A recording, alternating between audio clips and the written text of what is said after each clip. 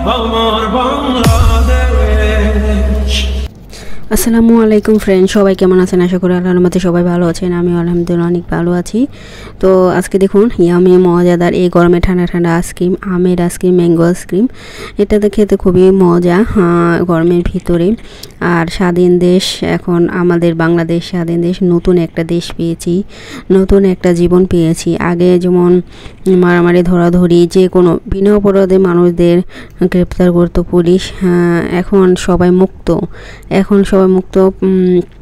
মানে একটা খাঁচার পাখি যেমন আকাশে ছেড়ে যেমন মুক্ত খুশি আনন্দে উড়ে, ঠিক তেমনিভাবে বাংলাদেশ ঠিক এরকম একটু আনন্দময় একটা সবাই দিন পেয়েছে, সবাই স্বাধীনতা পেয়েছি। তো তো দেখুন আমি এখানে ডেনিস দুধ দিয়ে দিলাম। এখানে এই দুধ আমের সাথে আগে আমটা এটা হলো পাকা আম। এই আমটা মনে করেন আমি হাত দিয়ে নিয়েছি, বের করে নিয়েছি। এটা নরম, অনেক নরম ছিল।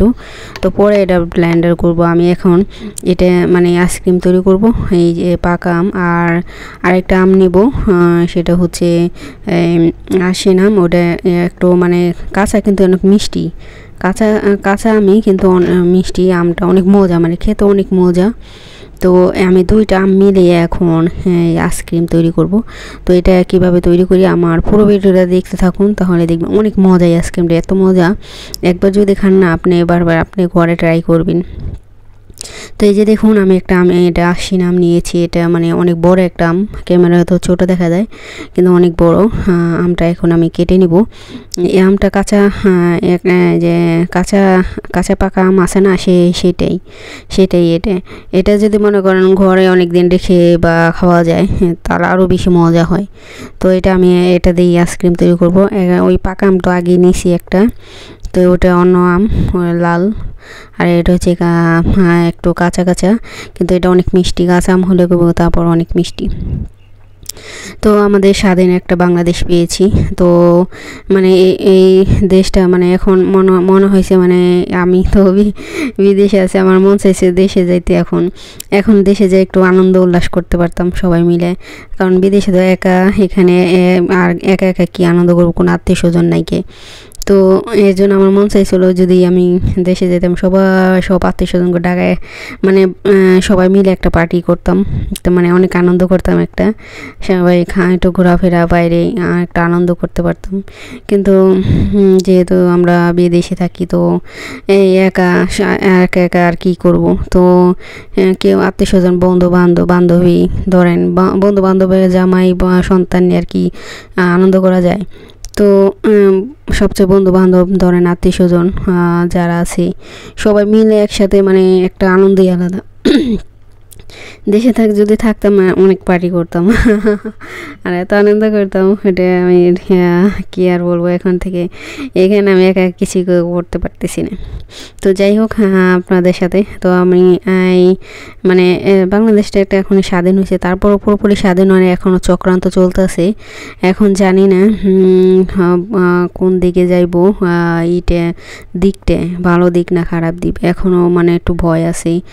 আর আওয়ামী লীগের দল তো মনে করেন এখন, আগে যেমন আওয়ামী লীগ যখন ক্ষমতায় ছিল তখন অন্য দল ভয় পাইতো, বা ছাত্ররা যে আন্দোলন করছে ছাত্রদেরও মনে করেন ভয়ে, গার্জেনরা বাবা মা বাড়িতে সবাই ভয় পেয়েছিল যে কখন বাড়িতে পুড়িয়ে আসবে, কখন তাদের তুলে নিয়ে যাইব। মানে সবাই একটা আতঙ্ক ছিল সবার, যত ছাত্রছাত্রী বাবা মাই সবাই ভয়ে ছিল একটু। মানে তারা ভাবছে যে আমার ছেলেটা যে আন্দোলন করতেছে, হ্যাঁ এটা তো হচ্ছেই, সত্যিকারের ঘটনা হয়েছেই। মানে আন্দোলনকারীদের পুলিশে বিনা অপরাধে, কোনো ওয়ারেন্ট ছাড়া, কোনো মামলা মোকদ্দমা ছাড়াই এসে ধরে নিয়ে গেছে বাড়ির থেকে, নিয়ে ঘরে জেলখানে নিয়ে গেছে মুদাকামি। মানে একটা আতঙ্ক, সবাই ভয়ের ভিতর আসলো। আর এখন তো দেশটা স্বাধীন হয়েছে, এখন আওয়ামী লীগ যারা করতো এরা ভয়ে, এরা তো মনে করেন একটা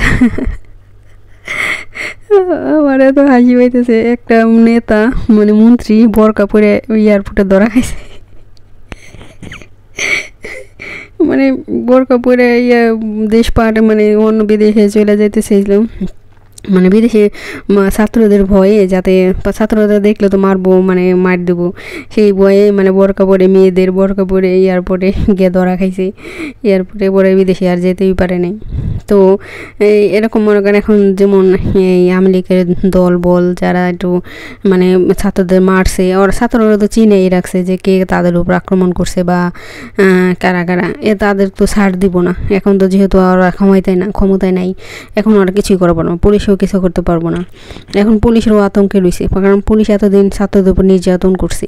এখন পুলিশরা ভয়ে ভয়ে, ওদিকে দেখলাম একজনের পুলিশের কনস্টেবল পুলিশের লাইভ করতেছে আর কান্না করতেছে লাইভে, বলতেছে আমরা তো এখন ভয়ে আছি। এখন কমেন্ট বক্সে মানে সে যে কান্না করতেছে যে আমরা ভয়ে আছি, আমাদের বা কে বাঁচাবে, আমাদের তো কে বিচার করবো না, পুলিশের তো বিচার নাই এখন, মানে অনেক কান্না করতেছি। তো আমি তো ওই পুলিশটা ভয়ে বাইরে যায় না, মানে যায় না, ডিউটিতে যায় না, বলে আমাদের ছাত্ররা যদি দেখে, কোনো জায়গায় দেখে, তাহলে আমরা সবাই মিলে মেরে ফেলবে, মানে এই ভয়ে সে ডিউটিতে যায় না। আর তার কমেন্ট বক্সে কোনো মানুষ তার পক্ষ নিয়ে কথা বলে নাই, মানে সে যত দুঃখ করতেছে, কান্না করতেছে, অন্যান্য যারা যারা কমেন্ট করছে, অনেক হাজার হাজার মানুষে কে বলছে যে আপনারা যে ছাত্রদের উপর অত্যাচার করছেন এখন কেমন লাগে, এখন কান্না করে কোনো লাভ নাই, মানে সবাই প্রতিবাদ করছে। মানে ওই মায়া কান্নায়, ওই পুলিশের মায়া কান্নায় কেউ বিশ্বাস করে নাই, আর সবাই উল্টে মানে কেউ ভালো কমেন্ট করে নাই, মানে পুলিশের পক্ষ নিয়ে কেউ কথা বলে নাই, সবাই ছাত্রদের নিয়ে কমেন্ট করছে, মানে সুন্দর অনেক প্রতিবাদী কমেন্ট করছে আর কি। বলছে এখন যখন ছাত্রদের মারছেন আপনারা, পুলিশে বিনা অপরাধে ধরে নিয়ে গেছেন, তখন মনে ছিল না, আর এখন ভয়ে ভয়ে ঘরের ভিতরে বসে রয়েছে। তো আপনারা যেমন কর্ম তেমন ফল পাইবেন। এটা ঠিক, আল্লাহ তাআলা মানুষকে ছাড় দেয় কিন্তু ছেড়ে দেয় না। আপনি একজনের উপর অত্যাচার করতেছেন কিন্তু এমন একদিন আসবে ওই অত্যাচারটা আপনার উপর পড়বেই। মানে আল্লাহ দিয়েই মনে করেন এই দুনিয়াতে মানুষের শাস্তি দিয়ে আল্লাহ মৃত্যুবরণ করায়। এমন আছে অনেক নেতা পাতা ছাত্রদের হাতে, ওদিনকে দেখলাম একটা ভিডিওতে এক নেতারে মারতাছি, ছাত্ররা মেরে হেলেছে পুরে, মানে অনেক মোটা, এত বড় পেট, মানুষের মানে গণঢোলাই দিছে, মরে গেছে গা ওই বেটাটা। নেতা ছিল আওয়ামী লীগের কোনো এক নেতা, আমি চিনি না, কিন্তু ওই ফেসবুকে দেখলাম আর কি। তো যাই হোক, আমার আইসক্রিমটা কেমন হয়েছে সবাই বলবেন, অনেক মজা নেয় অনেকে আমি একটা আইসক্রিম। তো যারা যারা খান না এইভাবে ঘরে বানিয়ে খাবেন, দেখবেন অনেক অনেক মজা। তবে এখন আমি চাই সব বাংলাদেশের দুর্নীতি মুক্ত চাই, যেখানে দুর্নীতি যাতে না হয়, যেখানে একটা চাকরি করতে গেলে সরকারি চাকরি আগে লাখ লাখ টাকা, 5 লাখ 10 লাখ টাকা চাইতো। তো সবাই ভালো থাকবেন।